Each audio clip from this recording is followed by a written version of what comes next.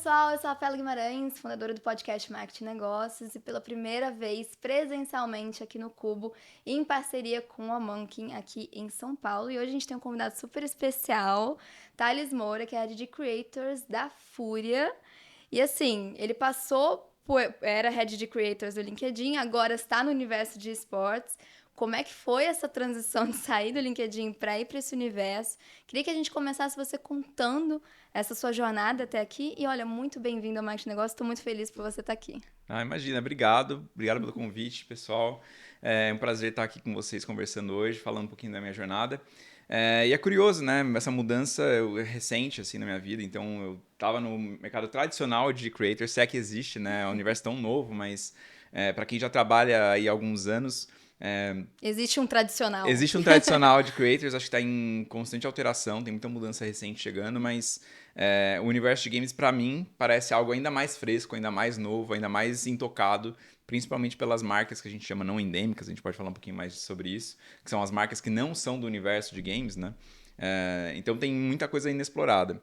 Mas é um movimento de carreira que eu sempre busquei, assim. Então, eu comecei minha carreira na ESPN, que é um canal de esportes tradicionais, e lá eu já me conectei bastante assim, com o universo de games. No caso de esportes, a gente tem ali NBA, que tem jogos muito fortes, o próprio FIFA. E sempre gostei muito desse universo. Depois a minha carreira foi para outros lados, trabalhando com vendas, comunicação, marketing no Twitter. Sempre cuidando de empresas de games, assim. Pegava isso para mim, sabe? E aí eu percebia que em algum momento isso ia deixar de ser um projeto secundário dentro da minha carreira, assim, e eu ia tentar trazer isso para primeiro plano. Depois eu ainda empreendi, abri agência de creators, né, para gerenciar os influenciadores. Então, fui aos poucos migrando para o universo de criação de conteúdo.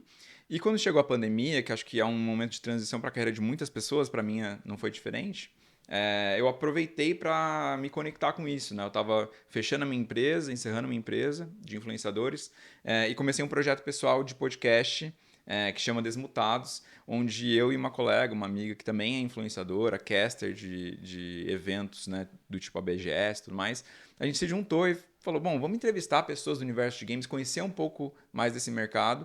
E eu vi também nisso uma oportunidade de eu colocar ali no meu portfólio, no meu currículo, algum projeto envolvendo na prática o meu envolvimento, demonstrando meu conhecimento sobre esse mercado. Porque eu sabia muito, acompanhava muito, mas mais como um gosto pessoal, nesses projetos paralelos que eu tive. Quando eu estava no LinkedIn também como gerente de creators, eu peguei para mim também os criadores de games.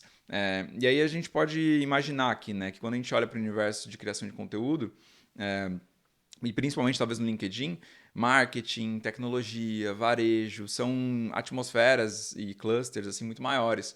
Mas eu tive a oportunidade de trabalhar com alguns empresários do mundo de games no LinkedIn, né? Então tinha essa característica bem interessante, que era não B2B, mas assim, ao invés de eu falar com streamers, de eu cuidar de creators que são streamers, eu cuidava de donos de time, empresários do universo de E games. que Então, precisava comunicar tudo que tem por trás da marca como um todo. exatamente. E conhecer esse backstage foi fundamental. Então, eu uni essas forças, esse conhecimento, o podcast, e aí culminou aí na minha chegada na Fúria, onde eu consigo agregar o conhecimento de mercado de creators, ter lidado com eles no dia a dia na minha agência, e também no Twitter e tal.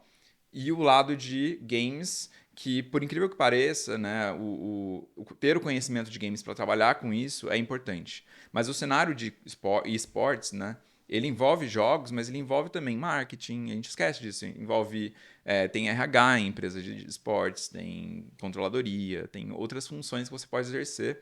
E eu sabia muito bem disso porque no meu podcast eu entrevistava pessoas do tipo economistas para jogos, pessoas que trabalhavam em RH de empresas de jogos, e as nuances, as peculiaridades, eu já sabia como é que elas funcionavam e acho que isso contou a meu favor para poder, né, ser considerado para esse desafio na Fúria, que é onde estou agora recém-chegado. Não, perfeito. E, bom, eu acho que tem uma grande diferença, se é que tem, eu quero que você nos conte, como que é olhar para creators LinkedIn Uhum. e creators universo de games e esportes. Traz pra gente quais são as diferenças e também até semelhanças, né? Como que é esse processo? É uma pergunta muito boa, porque assim, criador de conteúdo, eu costumo falar que eles sofrem das mesmas dores. As dores do criador de conteúdo, elas são muito parecidas, não importa a plataforma que você esteja. Então, eu já trabalhei de Twitter, LinkedIn, agora bastante Twitch, né, por conta dos streamers. Mas a dor deles é muito parecida em que sentido? A dificuldade da criatividade constante. Então, tem creators que desenvolvem muito rapidamente a competência, né, de tornar a vida deles um projeto, uma programação, né? Então, eles sabem que criar conteúdo não é só abrir necessariamente uma câmera e você se conectar com a sua audiência. Isso é importante, é o primeiro passo, talvez. Mas para você viver de criação de conteúdo, que é o step número 2 ali da carreira de um creator que está, né, começando, se desenvolvendo, ele precisa conhecer um pouquinho mais dessa atmosfera, né? De conseguir se planejar, fazer um cronograma de conteúdo, de gravação, com quem que ele vai gravar sozinho, ele vai só abrir uma câmera, como é que ele vai se conectar com as marcas, que são quem costuma, né, bancar a vida, né, de um criador de conteúdo. Então, se transformar numa empresa, que é esse segundo passo aí da vida de um criador, é algo que é comum a todos, independente de ser LinkedIn, Twitter, Twitch, né? Isso é um desafio que eles têm e vão continuar Independente tendo. do segmento também. Independente do segmento. Um creator de tecnologia no LinkedIn, ele quer criar sempre, ele quer ter uma recorrência. Para ter recorrência, ele precisa se planejar. Às vezes, também no caso do LinkedIn, a gente vê comumente pessoas que têm o seu trabalho no dia a dia, seja CLT, PJ, empreendedor, não importa, e concilia isso com a criação de conteúdo. Então, exige um planejamento absurdo. No caso do LinkedIn, o que eu percebi é que as pessoas, os creators de lá, eles já têm isso, esse passo um pouco mais avançado. Justamente porque vêm do mercado tradicional, né? Estão aí nas empresas, então já sabem mexer com Excel, usam as ferramentas do Google a seu favor, né? Isso tudo contribui para que eles se tornem empresas muito mais facilmente. No caso de um creator tradicional, né, vamos dizer assim, clássico, o do Stories, do Arrasta para Cima ou da Twitch, a gente tem essa necessidade deles aprenderem isso. Alguns aprendem mais fácil, alguns sofrem um pouquinho com isso. Porque é fácil a gente entender da seguinte forma: a expertise daquele profissional pode ser muito bem se conectar com a audiência dele, seja via stream, seja via stories, né? A partir do momento em que isso vira gerenciar a carreira, é um segundo trabalho que destoa muito daquela competência core ali, né, da carreira. De criação de conteúdo constante. De criação de conteúdo constante e até pela naturalidade da coisa. Porque quando você necessita, né, você tem a necessidade daquilo ser um trabalho, gerar renda, você precisa não tomar alguns cuidados, mas você precisa seguir alguns parâmetros ali para que aquilo evolua, para que aquilo persevere, né? Porque a gente vê muitos creators que aparecem, estouram e somem, e muito devido, inclusive, a essa falta de gestão Sim. de carreira. E até um momento que é uma mudança de até mindset, né? Olhar como um negócio. Olhar como negócio. Então, é uma outra fase que é uma das grandes dificuldades dos creators, né? E muitos acabam não monetizando por não conseguir tangibilizar esse conteúdo em oportunidades comerciais e de negócio como um todo, né? Exatamente. E se conectar e conseguir sentar na mesa com alguém que é de uma marca, de uma agência, com parceiros. Ou hoje em dia também, que é uma veia muito forte, talvez seja o futuro do criador de conteúdo, que é ter o próprio negócio, o infoproduto, né? Enfim, assumir essa responsabilidade de aprender sobre isso é muito complexo.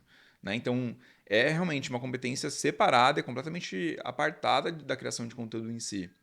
Então, não à toa, a gente vê hoje muitos criadores se associando, né? Criando de fato sociedade com pessoas que têm expertise em marketing, né? E montam uma sociedade ali, às vezes 50-50, 80-20, né? Tem várias práticas aí no mercado, para que eles se conectem, do tipo, o criador vai só criar e a pessoa que é expert em marketing, sim, vai criar o infoproduto ou vai criar o site. Ou até produto físico, Produtos né? físicos, a gente tem hoje a área de licenciamento de creators bombando muito. Acho que isso ficou bem evidente com a Boca Rosa a partir do BBB, mas hoje é uma prática bem comum, inclusive com creators bem nichados, menores, né, aí com 10 mil, 15 mil seguidores. Tem gente já com linhas fortes de produto, então não dependem de marcas chegarem até elas, o que eu acho essencial para sustentação numa carreira de creators hoje em dia. Acho que é importante ter essa diversificação mesmo. Quase como se a gente pegasse ali aquelas dicas do mercado financeiro. Não, né, não põe todos os investimentos na mesma caixinha. Né? Então, o creator hoje ele precisa fazer um pouco disso. Diversificar a plataforma. Hoje, o Facebook tá aí, depois não tá mais. Aí, hoje, Aí agora entra o é TikTok, Instagram, vem depois... TikTok. Tem como a gente prever que o TikTok vai estar daqui 5 anos forte igual tá? Não tem.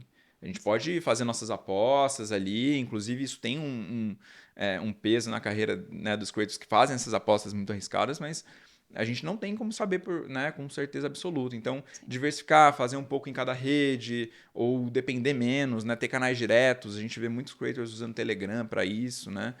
Então, o que eu vejo assim na prática é creators do LinkedIn, né, respondendo a pergunta, eles são mais amadurecidos nesse âmbito de negócio. Então, né, por conta de eu falar com muitos empresários do universo de games, inclusive, tudo mais, eles já têm isso. Às vezes tem assessorias por trás, empresas de ghostwriting que ajudam na redação dos seus posts, toda uma estrutura. Né, como São diria no super meu... estruturados. Super estruturados, exatamente.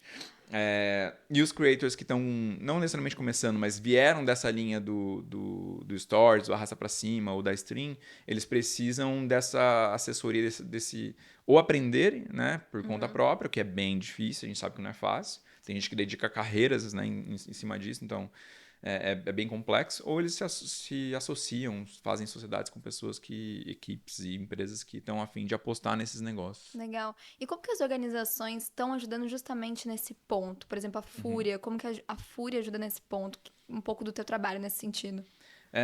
Bom, a Fúria tem um olhar muito especial, assim, eu até me sinto privilegiado com relação a isso, que é um olhar de ajudar a comunidade de games através dos criadores e das suas comunidades. Então, a Fúria tem uma proposta de diversidade muito forte e de lifestyle muito, muito forte também, da rua, da favela, do street, dessa coisa cool, assim, né? Dessa vibe do basquete, skate, e a Fúria tenta conectar isso com o universo gamer.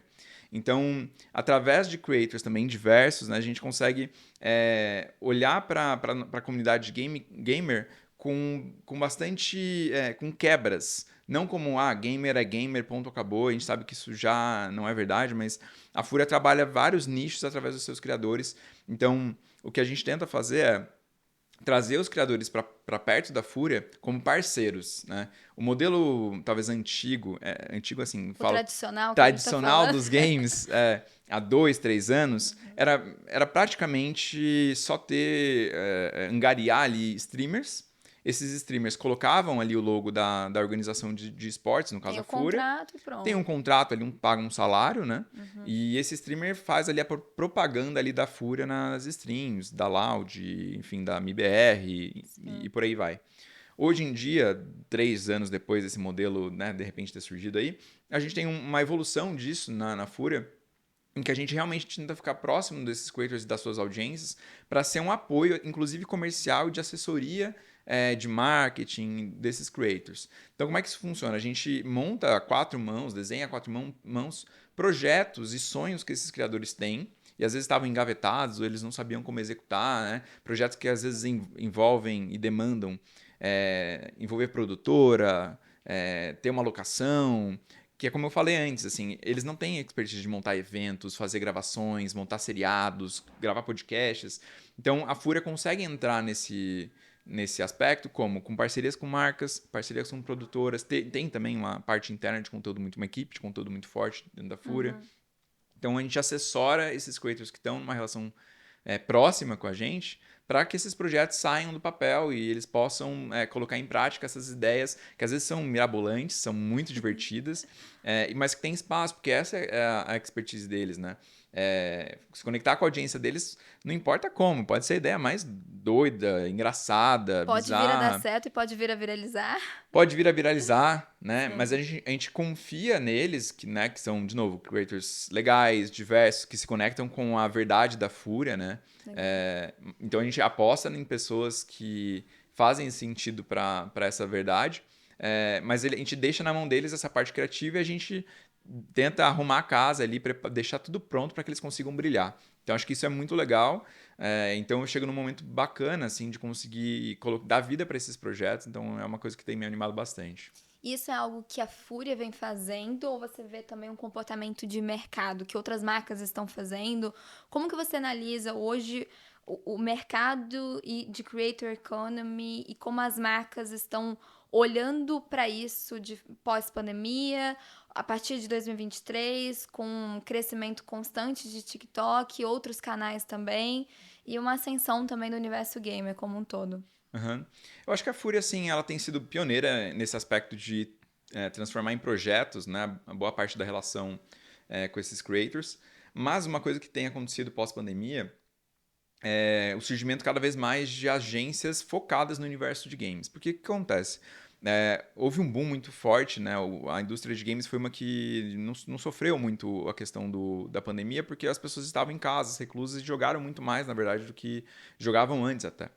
É, e as marcas sabem disso, né? Tem várias análises de mercado que as marcas ficam de olho e aí elas querem entrar nesse universo, elas só não sabem como. E aí, quando elas não esbarram nessa dificuldade de entrar no mercado inexplorado por elas, né? E aí que a gente fala das marcas não endêmicas, né? Que são as marcas que não são do universo de games, não são marcas que, de repente, de computador, enfim, né? Essas marcas, Você elas. pode dar um exemplo, assim, Um de exemplo marca? de marca não endêmica McDonald's é uma marca não endêmica. Ou seja, Uhum, McDonald's não é uma marca que está envolvida em jogos, em uhum, games e esportes de forma geral. Uma marca endêmica, por exemplo, é a OC, né, que faz monitores. Então, sim. Lenovo, são marcas que são endêmicas porque elas produzem produtos diretamente relacionados à indústria de games. E tem muitas marcas de vestimentas, de roupas, Nike, Adidas, o próprio mercado de luxo Exato. tá entrando com tudo ali também no universo gamer, né? Exatamente. E essas marcas, elas precisam entender com quem que elas estão falando. Só que é curioso porque, num primeiro momento, a indústria de comunicação, de marketing de forma geral, falou, bom, quero falar com gamer. Só que a gente esquece que o gamer é tão, mas tão diverso, porque tem gente que joga no celular, tem gente que joga jogos competitivos, tem gente que joga for fun, tem gente que joga só com os E é uma amigos. diversidade de idades, porque eu tenho a minha sogra que joga Candy Né? Crush. Exatamente. E é gamer E tanto eu tenho quanto. meu irmão, meu namorado que joga CS, que joga no computador. Então, assim, tem uma diversidade não só de idade, de gênero, de estilos de jogos e também se é mobile, se é notebook, né? Tem todo esse processo. Exatamente. E aí, como é que você faz pra colocar o gamer numa caixa só? Você não consegue. Então, houve uma tentativa disso lá no passado, que era quando a gente estava tocando a superfície do mercado de games do ponto de vista de marcas e campanhas e tudo mais. E hoje em dia, quem está trabalhando bem, está trabalhando considerando todas essas características, né? Então, são overlaps que a gente tem ali, né?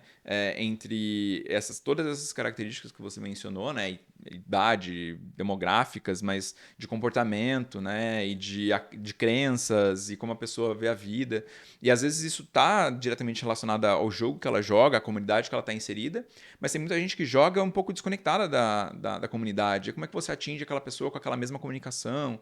Então, hoje também tem muitos estudos legais que mostram esses overlaps. Então, para dar um exemplo, a própria Riot já sabe disso, né? Ela identificou, por exemplo, que o grupo de skate e o grupo de Valorant tem muitas intersecções.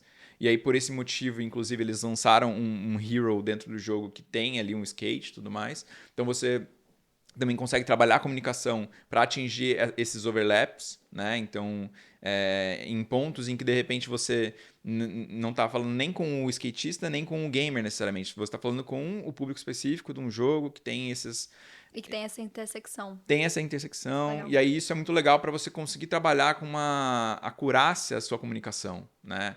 Só que para você chegar nesse step, você precisa contar com parceiros como a Fúria, né? Empresas que estão ali diretamente trabalhando com isso, que têm os seus próprios creators, que desenvolve essa sua comunidade interna, que desenvolve também os players profissionais que refletem essa vontade, né? Essa percepção do mercado para que elas possam se associar, seja sendo patrocinador na camiseta, seja entrando como parceiro, né, comercial em um desses projetos que é o que eu falei que eu estou montando em parceria com esses criadores. E aí você entrando nesse projeto, aí sim você tem uma possibilidade real de se conectar com a audiência desse creator, né, desse time, com os torcedores, a gente envolve também paixão. Então são vários elementos ali, e a paixão acho que é importante falar, porque ela é muito irracional. Então, você toca num ponto da pessoa, num momento em que ela está muito apaixonada, vulnerável, e se você apoia o time do coração daquela pessoa, né? Você conquista ela também, né? Então, você está apoiando, né, o sucesso daquele time.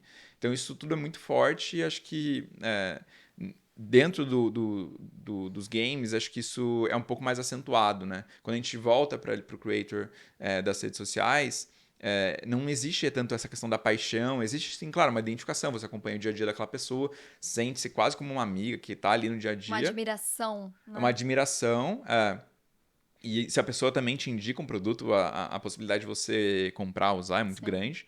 Mas tem algumas nuances que são muito diferentes e distintas do universo de games, né? Você tocou num ponto muito bom, que é essa paixão do universo gamer.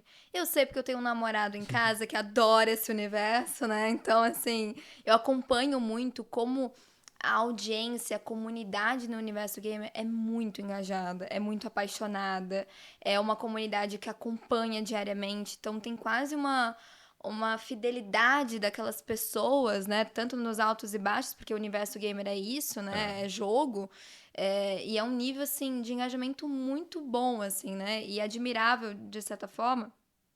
E aí eu ia te perguntar justamente disso, assim. O universo gamer construiu comunidades muito fortes, né? A Fúria tem uma comunidade muito forte. Outros esportes e outras organizações também.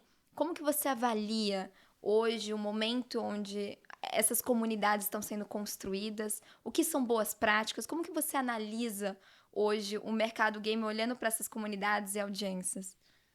Bom, acho que do ponto de vista de, se a gente está falando de marcas, né? Acho que o primeiro ponto é tentar de fato entender e ter um olhar humilde, vamos dizer assim, para entender como é que essa comunidade se comporta. A gente tem várias agências muito legais hoje, como a Druid, a Gabi, que falam diretamente com esse público. Então, se conectar com empresas que já estão nesse mercado para você chegar, não como aquele estranhão que quer participar da festa, mas como alguém que de fato está querendo apoiar essas comunidades. Entrar com um propósito, com verdade, entender qual comunidade dessas nuances que eu falei, né, de estilos e gostos, idades e tudo mais, com qual que a sua marca se comunica, com qual que ela já se conecta, né, para você fazer parte de uma maneira mais orgânica, mais natural, para você tratar com carinho e respeito essa paixão das pessoas.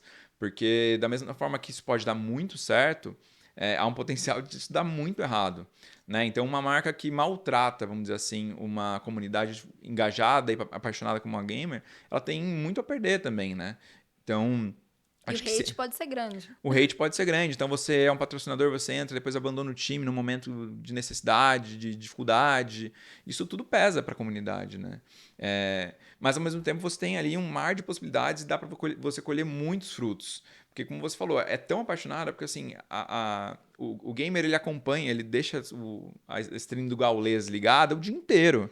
E, O meu namorado faz isso toda hora. Eu fico porque acompanhando de tabela. você quer apoiar a pessoa, você sabe que Sim. você está ali presente assistindo, né, por horas, horas mesmo, assim, chega a ser 8 horas no dia, 12 horas no dia. Então imagina esse nível de dedicação, né, como espectador, né, de um creator. No Stories ali é papo de segundos, minutos talvez. Então a gente está falando de uma extensão ali de participação, uma dedicação desse público muito grande. Só que essa mesma dedicação, ele pode vir em forma de cobrança, né? Porque o creator também ele é cobrado um pouco por conta dessa comunidade, né? Essa comunidade gamer se sente, inclusive, meio parte da vida dele, do sucesso dele. Então, todas essas questões, eu acho que elas precisam ser trabalhadas e entendidas pelas marcas e pelos players de forma geral que queiram participar dessa comunidade, desse mercado de forma geral. E acho que esse cuidado é importante, mas com relação a isso. Mas para conseguir colher os tantos frutos que estão aí quicando na mesa, porque assim tem mais oportunidade para trabalhar com games do que gente querendo trabalhar, por incrível que pareça. Isso é um ponto importante. Queria que você contextualizasse um pouco isso, assim. Porque o que eu vejo é que, bom, o universo game sempre existiu, né? E aí vem evoluindo com as tecnologias e com as diferentes comunidades. O Creator Economy surgiu também nesses últimos anos também e cresceu bastante. E tem agora uma nova fase que é teve essa ascensão, esse crescimento, muita gente está olhando, perdeu o preconceito, que é um ponto importante também. Né, o game não virou uma profissão, no ponto de vista até das pessoas que não viam como. Como que você avalia hoje essas oportunidades? Quais são essas oportunidades? Seja como marca, seja como profissionais, né? E uma carreira nesse universo. Sim.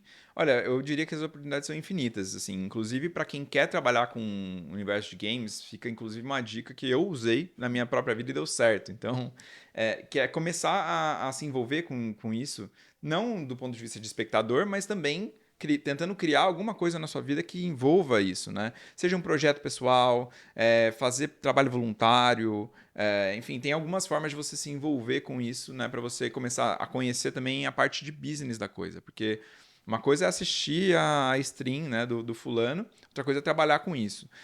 Mas ao mesmo tempo tem um lado muito legal que dentro das empresas de esportes, a FURIA inclusive, a gente tem contadores, psicólogos, administradores, economistas, pessoas de marketing. Então, tem toda uma atmosfera que a gente acaba esquecendo, né? Não existe só a profissão de streamer ou de gamer profissional, pro player. A gente tem também toda essa atmosfera. No Desmutados, que é o meu podcast, né, que a gente entrevista os profissionais de games, eu já entrevistei fotógrafos de esportes, já entrevistei economistas, já entrevistei psicólogos, mind coaches, que são pessoas que se voltam para performance, a parte mental do jogo, de como você se manter.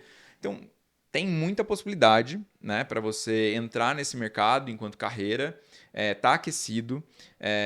Ele sofreu, né, como todos os mercados, acho que mais por conta da parte de marcas e marketing e comunicação que sofreu com a pandemia, mas o universo de games, de forma geral, e esportes, ele é muito promissor ainda, né? Ele tá longe, na minha opinião, de ter passado, sabe, a crista da onda, assim. Acho que ele ainda vai continuar crescendo.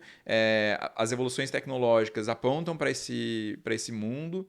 Então, se você é um profissional que vislumbra trabalhar com isso, entender com o que exatamente, e de novo, pode ser um contador dentro de uma organização de esportes, ou pode ser um pro player, né, e identificar com o que você quer trabalhar, mas perseguir essa carreira, né, por essas outras possibilidades, e se cercando do conhecimento necessário para que quando você esteja numa entrevista de emprego, numa empresa assim, você mostre não só que você acompanha o fulano na stream e é contador, mas que você sabe como é que funciona o balanço de um time, como é que é a parte econômica Como você pode sustentável, impactar e ajudar. como você pode impactar, como é que o seu conhecimento ali na tua parte técnica pode contribuir para que aquela empresa seja uma empresa mais saudável, para que ela cresça, gere mais receita, né? Então, no meu caso, eu não sou pro player. Eu jogo nas minhas horas vagas, o que me ajuda bastante a falar, né? Ter a mesma linguagem que os creators.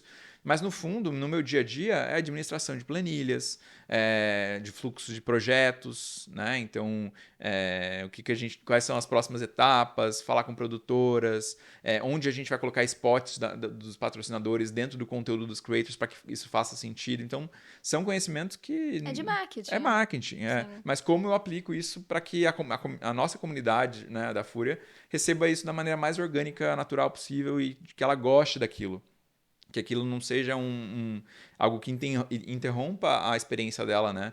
No momento dela que ela tá tendo o entretenimento dela. Então, acho que é por aí. Cara, que legal.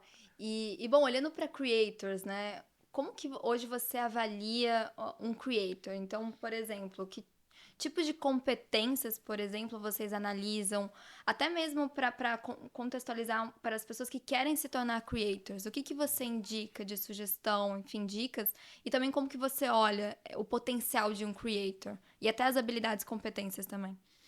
Bom, também acho que a Fúria encara um pouco isso de uma maneira um pouco diferente. Então, a gente olha muito para a diversidade mesmo.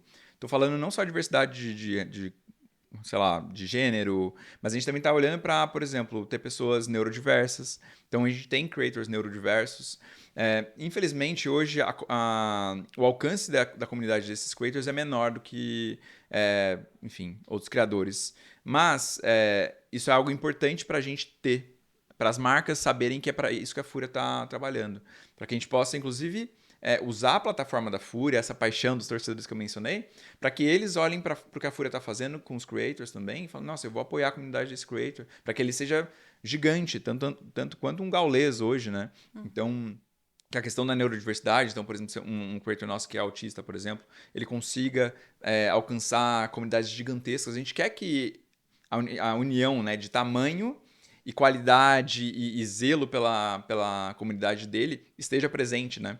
Então, a gente, enquanto empresa, a gente quer apoiar esse tipo de creator. Então, coisas que eu olho, né? Essa questão de simetria, proximidade com as questões que a Fúria quer apoiar. Isso é super importante, é a primeira coisa. Depois a gente olha engajamento, depois que a gente vai olhar tamanho. Depois olha para as métricas.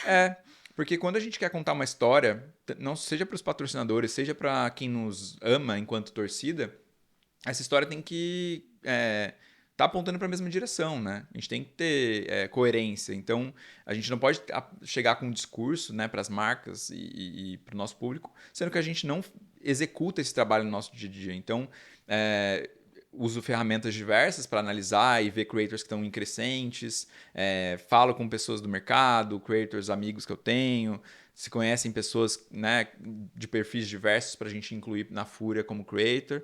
E aí a gente tenta montar projetos, incluídos de repente na Fúria TV, que é o canal da Fúria na Twitch e no YouTube. Então, é uma plataforma forte, né, onde a gente consegue alavancar muitos creators que às vezes não têm uma audiência tão grande, mas podem passar a ter, porque eles têm competências de apresentar, de falar com o público, de engajar a audiência deles, de às vezes podem trabalhar muito bem os elementos de marcas, de forma divertida, legal, né, orgânica dentro dos seus conteúdos. Então, toda essa parte de qualidade mais intangível é a primeira coisa que eu olho. É um trabalho mais difícil, na minha opinião, porque é muito mais fácil eu chegar e olhar num charts da vida da Twitch e ver quem tá no com os topo números, fazendo mais pronto, horas. traz pra dentro. Isso é muito mais cômodo, vamos dizer assim. Sim. Mas não é o trabalho que a Fúria quer fazer. E, inclusive, é um dos motivos pelo qual eu aceitei esse desafio, assim. Então, acho que é parte do meu desafio de profissional, pessoal, tá conectado com esses creators mais diversos e crescer, potencializar essas pessoas. Então, acho que meu trabalho tem sido por aí e o desafio é grande. Eu imagino. E eu tenho uma pergunta que eu tenho uma curiosidade de entender um pouco a sua visão sobre. Um creator quer iniciar, ou enfim, já tá nesse processo há um tempo e tal. Você acha que esse creator ele deve ser multicanal, então fazer TikTok, YouTube, Twitch e vários canais, digamos assim, ou crescer em um e depois expandir? Eu sempre fiquei na dúvida de qual que é a melhor estratégia, porque tem prós e contras dos dois. Como que você avalia? Olha, eu acho que é mais fácil começar por uma, porque existe uma dificuldade muito grande Especializar. Existe uma dificuldade muito grande de se especializar em alguma plataforma. A gente esquece, mas assim, uma plataforma é quase como uma linguagem de programação nova, um idioma novo que você está aprendendo. Tem tantos detalhes, nuances e coisas que você precisa entender para poder ter um sucesso naquela plataforma que não adianta você, pelo menos no início, você, né, começar e querer atirar para todo lado. Então, entenda o que você quer fazer. Se você é bom só falando, faz um podcast. Se você, né, não quer aparecer em vídeo e tal. Ah, não, eu gosto de streamar, então vai streama, foca em uma, vai.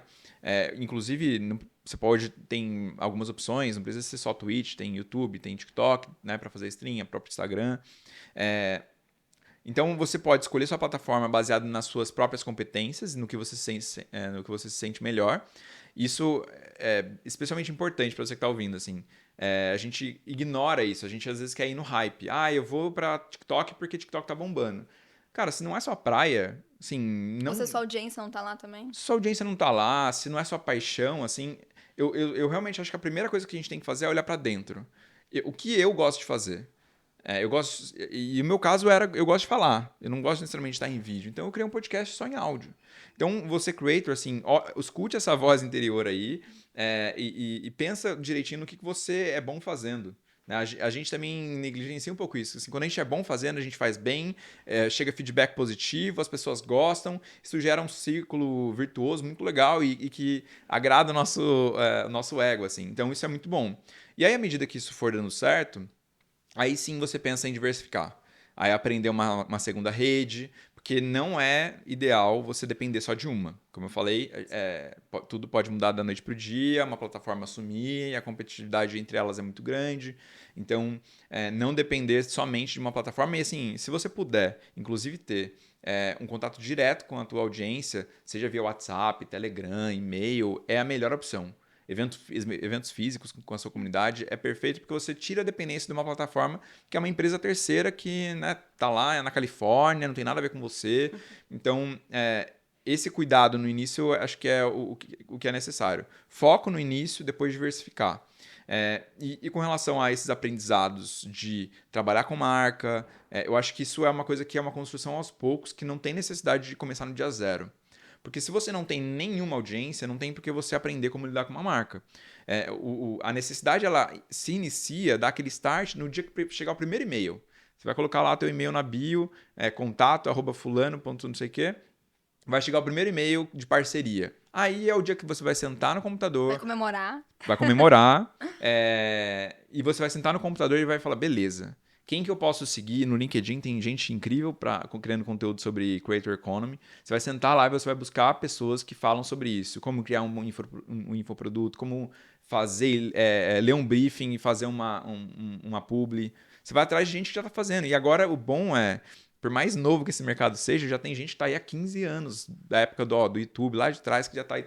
Então, sigam essas pessoas a partir desse momento em que surgir a demanda, mas eu não colocaria os carros na frente dos bois nesse sentido, sabe? Eu tenho a mesma opinião e a gente já conversou há um tempo atrás sobre como essa tendência dos colaboradores se tornando creators também, né? Quando a gente fala de creators, não só aquele específico que quer monetizar, mas também aquele profissional que quer ter um awareness melhor sobre, enfim, a sua especialidade ou trabalhar seu marketing pessoal. E o LinkedIn, né? Você viu ao longo desse tempo muito esse ambiente para construir isso. Tem o Instagram, tem o TikTok.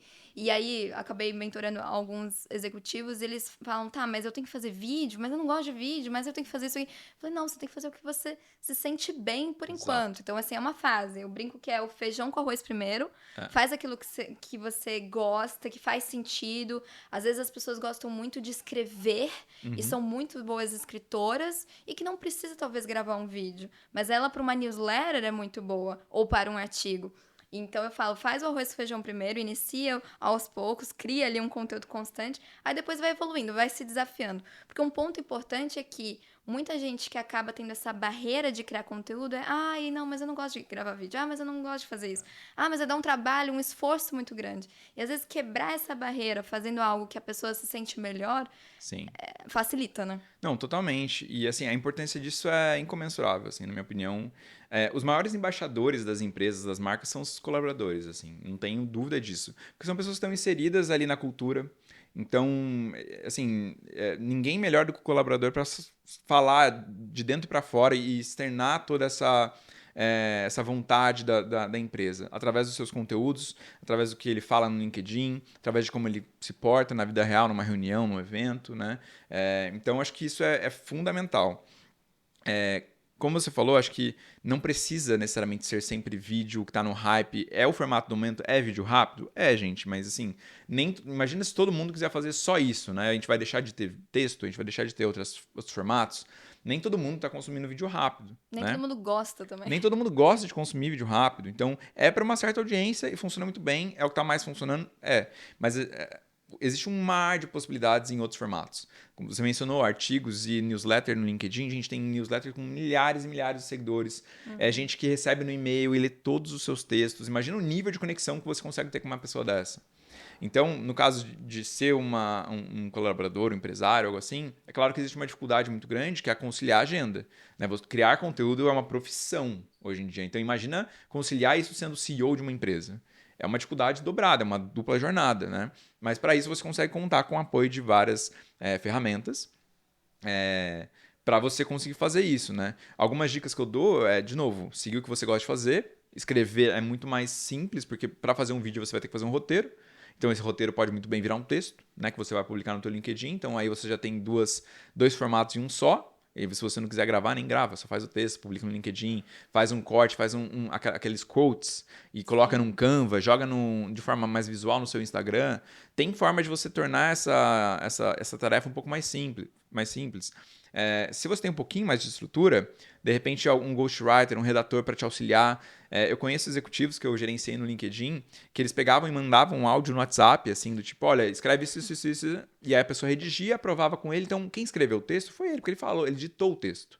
Mas existia uma pessoa que ia lá, subia ali no Trello, no Asana, algo do tipo assim, vamos criar o post para tal dia, fala tal, coloca o áudio, depois executa, revê, relê o texto. Então, é uma forma de você otimizar seu tempo. Se você é empresário, colaborador, tem esse tipo de estrutura, é muito mais fácil executar esse tipo de estratégia. Você muitas vezes vai contar com o apoio da tua empresa, porque é do interesse dela ter pessoas assim. Então, para dar um exemplo que tem feito isso brilhantemente, é o próprio Itaú. No último UPIC Summit, né, eles inclusive apresentaram um painel em como eles utilizaram colaboradores de forma gamificada para poder torná-los creators do próprio Itaú. Então, isso é muito legal, né? Então, eu acho que é uma tendência grande para o futuro, acho que tem muito potencial. E se você é colaborador e gosta de criar conteúdo aí nas horas vagas, é uma possível chance de você, inclusive, evoluir na sua carreira, ganhar dinheiro com isso, né? Então, enfim, acho que é bem Acho legal. muito legal você trazer esse ponto, né? Eu estou atuando nessa área, empreendendo nessa área, sou cofundadora de uma plataforma que ajuda instruir times de maneira gamificada a criar conteúdo nas redes sociais. Então, as marcas hoje, e eu acho que é muito interessante, as marcas têm esse olhar hoje. Eu tenho uma comunidade interna, a gente fala muito de comunidade externa, né? As próprias parcerias, enfim. Mas você, dentro da sua empresa, você tem uma comunidade interna que sabe sobre o seu produto, sabe sobre seus pontos fracos, seus pontos fortes, e como que você pode, né, aproveitar isso para intensificar mais a sua marca, justamente o engajamento ali desses colaboradores. E um dado do próprio LinkedIn é que as postagens de colaboradores geram 8 vezes mais engajamento do que as postagens da empresa. Então, como que a gente pode realmente tornar os colaboradores e profissionais creators, né? Total. Então, acho que existem várias soluções para isso. Venho empreendendo nisso também, já fica aí o jabá, né, ali das sociais, mas acho que é um ponto importante. Thales, a gente tá finalizando aqui o nosso papo, que tá super bom, eu tô adorando. E para finalizar, eu queria que você trouxesse algumas dicas de carreira, que é um ponto importante. Então, carreira, tanto dessas transições que você fez, que você teve que usar, que você teve que criar conteúdo também para planejar essa transição.